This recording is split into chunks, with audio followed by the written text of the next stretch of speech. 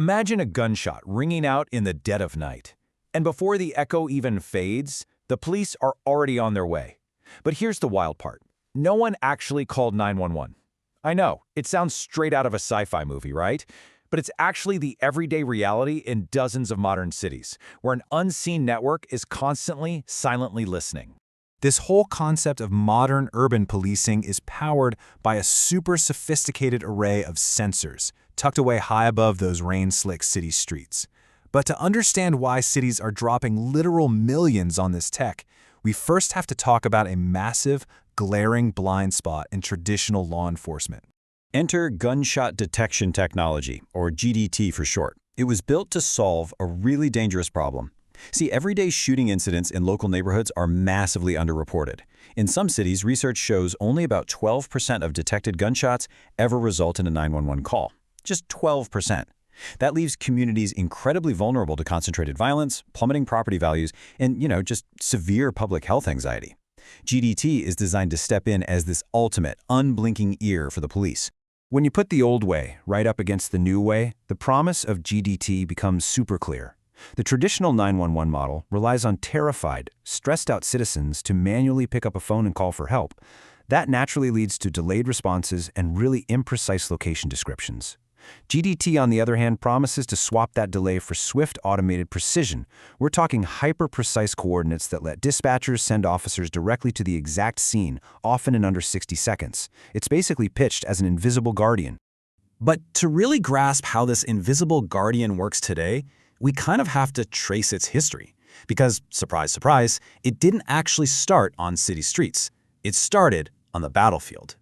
It is absolutely fascinating to see how GDT began as a military tool. Way back in 1975, the Naval Surface Weapons Center was trying to track bullets in flight. Fast forward to the 1990s, and they're testing wireless mics in California to locate loud noises, though they really struggled to tell a gunshot from, say, a firecracker. The real domestic breakthrough actually happened in 1996 at the Atlanta Olympics. They deployed a system called Secures to track potential snipers. By 2009, a company called ShotSpotter acquired Secures, and, well, that paved the way for the market-dominant systems like SoundThinking that are monitoring our cities right this very second. Okay, so how does it actually pull this off? Step by step, it goes like this. First, a loud acoustic anomaly triggers the network. Second, at least 4 different sensors have to work together to triangulate the exact source of that sound. Third, and this is a huge critical human element, the audio data goes to a trained human analyst at the vendor. They review it to validate it's actually a gunshot, or they dismiss it if it's just a backfiring truck. Finally, if it gets the green light, the alert shoots straight into the police computer-aided dispatch system, totally bypassing the 911 operator. Now, as you can probably guess, dropping a massive web of high-tech microphones over a major city brings up some really serious complications. You literally cannot install thousands of listening devices without people asking, wait, who else is being heard? Civil rights advocates raise some incredibly valid points here. People are naturally worried about persistent voice surveillance. Like, are the police suddenly eavesdropping on our private conversations on the sidewalk?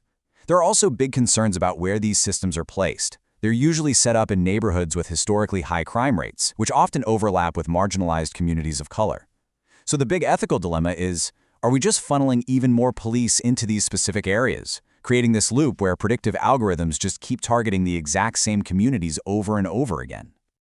To untangle that, we have to look at the raw data. Independent audits of the major systems show that the actual risk of anyone listening to your street conversation is extremely low, thanks to some pretty strict system safeguards.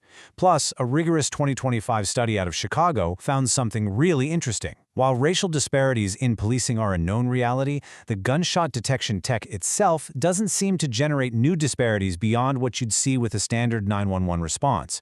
Basically, the technology seems to just mirror existing dispatch realities, rather than inventing new biases. So, that brings us to the ultimate question for researchers, and frankly, for the taxpayers who are footing the bill for all this. How do we actually measure if this multi-million-dollar tech is successfully stopping violence? Well, it turns out it is a total statistical nightmare to measure. You can't just glance at a raw crime graph. Cities roll these systems out in staggered, totally uneven phases.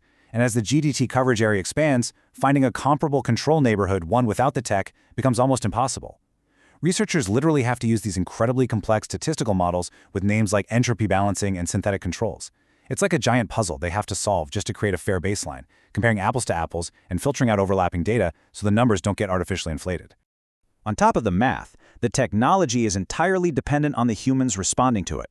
Researchers break police responses down into 3 tiers. A Tier 1 response is super basic. Officers do a quick drive-by, don't see a victim, mark it unfounded, and leave. Tier 2 gets a bit more expanded, with thorough canvassing and a real search for shell casings. Then you have Tier 3, which is comprehensive.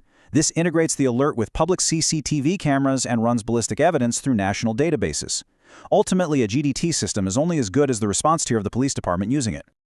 Okay, so when we clear away all the statistical smoke, account for the human element, and look at the absolute most rigorous academic data across multiple cities, what's the actual verdict here? Does it work? Right out of the gate, we see a massive, undeniable surge in the sheer volume of shooting notifications that police receive. Richmond, California saw a whopping 143% increase. Denver jumped 110%. St. Louis went up 80%.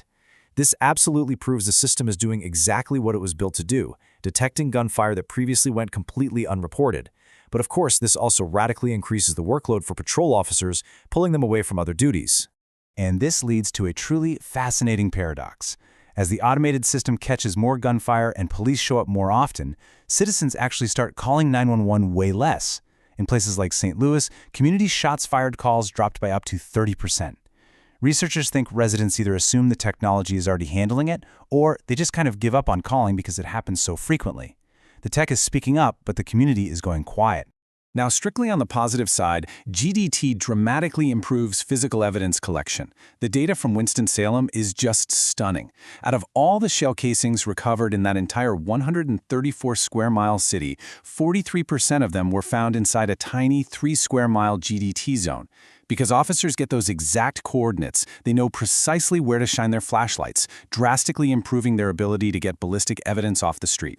Yet, despite all of that, the faster dispatch times, the hyper-precise coordinates, the piles of recovered shell casings, here is the most critical takeaway from this entire explainer.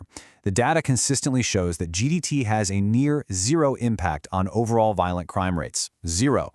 And it has almost no impact on actually solving cases or making arrests. The crimes are still happening, we are just mapping them way more accurately. So if the violent crime rate isn't actually dropping, we really have to open up the municipal ledger and weigh the true financial cost of keeping these urban microphones turned on. Is the procedural benefit really worth the price tag? Well, the price tag is steep, to say the least. Maintaining a GDT network averages roughly $65,000 per square mile every single year. If you're looking at a major metropolitan area covering dozens of square miles, you are talking about millions of dollars annually. And that's just for the subscription service. That doesn't even factor in the cost of all those increased police hours required to respond to the constant alerts. It's the ultimate fiscal tightrope. When researchers analyze the cost-benefit numbers across different cities, you have to see how wildly the math swings. Whether the technology is viewed as a massive financial savings or a total drain on the budget completely flips depending on one single variable. How you factor in the devastatingly high societal cost of a single homicide. That cost is estimated at around $10 million, so if GDT helps prevent or solve even a couple of homicides, the math says it pays for itself. If it doesn't, it's a massive financial drain.